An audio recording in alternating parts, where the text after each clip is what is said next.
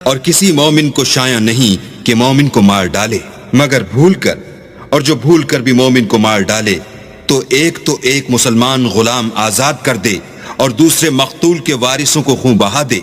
हाँ, अगर वो मुआफ कर दें तो उनको इख्तियार है। अगर मकतूल तुम्हारे दुश्मनों की जमात में से हो और वो खुद मोमिन हो तो सिर्फ एक मुसलमान गुलाम आजाद करना चाहिए।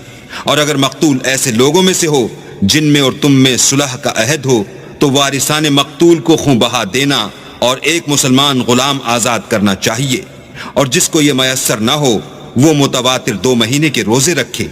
ये कफ्फारा अल्लाह की तरफ से कबूल तौबा के लिए है और अल्लाह सब कुछ जानता और बड़ी हिकमत वाला है। और जो शख्स मुसलमान को कसदन मार डालेगा तो उसकी सजा दोज़ख है जिसमें वो हमेशा जलता रहेगा और अल्लाह उस पर गजबनाक होगा और उस पर लानत करेगा और ऐसे शख्स के लिए उसने बड़ा सख्त अजाब तैयार कर रखा है।